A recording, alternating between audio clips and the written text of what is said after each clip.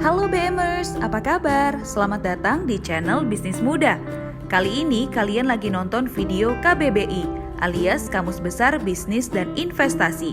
Bisa dibilang ya, investasi itu merupakan salah satu cara untuk membangun masa depan keuangan yang lebih baik. Terlebih, investasi yang dilakukan saat usia muda dan produktif.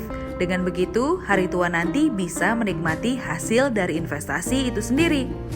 Nah, kali ini kita akan bahas soal investasi reksadana, salah satu instrumen investasi yang bisa dilakukan sambil rebahan. Yuk simak video berikut ini sampai habis ya. Apa sih yang dimaksud investasi reksadana? Dan bagaimana cara pilih investasi reksadana yang menguntungkan? Reksadana adalah instrumen yang menghimpun dana dari beberapa orang untuk ditempatkan ke berbagai instrumen investasi. Singkatnya nih, uang yang kamu investasiin di reksadana nantinya akan dikelola oleh manajer investasi. Manajer investasi ini yang akan mengatur uang kalian. Dan pastinya, manajer investasi ini paham ya tentang pengelolaan dana dan investasi. Jadi, kamu nggak perlu pusing deh harus investasi di mana, karena udah ada yang ngatur. Terus, dana investasinya bisa ditempatin di mana aja ya? Untuk investasi reksadana dibagi ke beberapa jenis nih. Yang pertama ada reksadana pasar uang.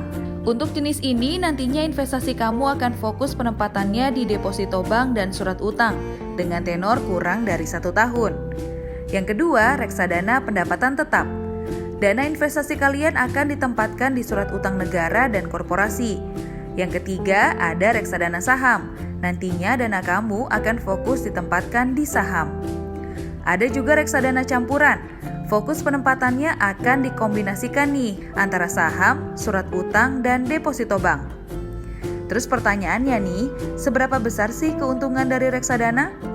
Wah, di mana-mana nggak ada ya investasi yang memberikan keuntungan yang pasti.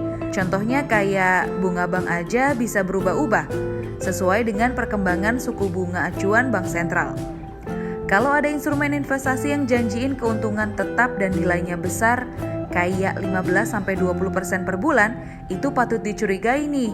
Bisa jadi itu investasi bodong. Tapi ada sih investasi yang bisa menghasilkan keuntungan sebesar itu, seperti saham. Tapi jumlahnya pun terbatas dan ada risiko harga saham turun sehingga berakhir rugi.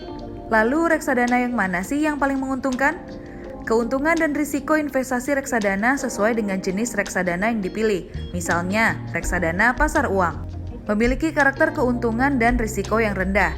Jenis ini pas banget nih buat dana darurat kamu. Kalau reksadana pendapatan tetap dan campuran, karakter keuntungan dan risikonya sedang.